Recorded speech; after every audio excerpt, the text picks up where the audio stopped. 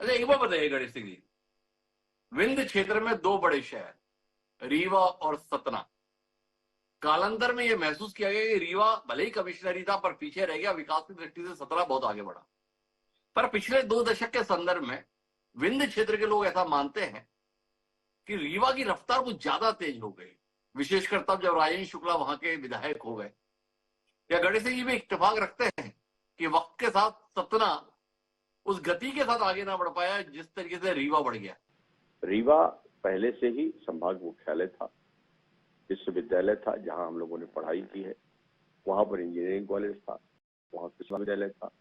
और इसका असर होता है किसी भी शहर के विकास में, और उसी के चलते रीवा विकास में तेज गति से आगे बढ़ा। सतना हमारा औद्योगिक क्षेत्र के मामले में हम सतना सबसे ज्यादा विकसित है, हमारे यहाँ कई बड़े उद्योग हैं, लेकिन जहां तक शहर के विकास का है तो शहर के विकास का कारण और कोई दूसरा नहीं, बाकी सब योजनाएं हमारे पास हैं,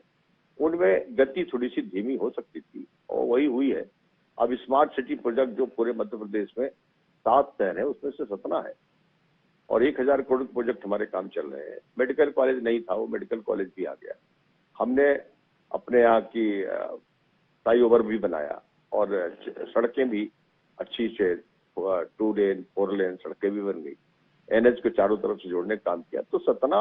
और रीवा की जब विकास की तुलना होती है तो कहीं पीछे कोई नहीं है। हो सकता है थोड़े बहुत तो स्वाभाविक है कि जहां ज्यादा पहले से विकास के लिए प्रयास किए गए हैं वो थोड़ा आगे दिखेगा ही, और हमारे चूंकि माननीय मंत्री राजेंद्र शुक्ला जी का विकास पर बहुत जोर रहता है तो अपने क्षेत्र में उन्होंने काफी कुछ काम किया है, और वो भारतीय जनता पार्टी के सरकारों के कारण ही हुआ है।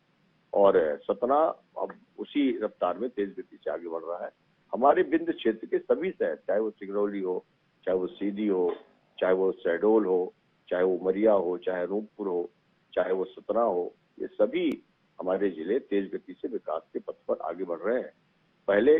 पहले ये सब सारी चीजें नहीं थी जो आज हो चुकी हैं, और ये सब चीजें अब मुझे लगता है कि इसमें जब तुलना होगी तो सबको समानता के दृष्टि से हम लोग पाएंगे।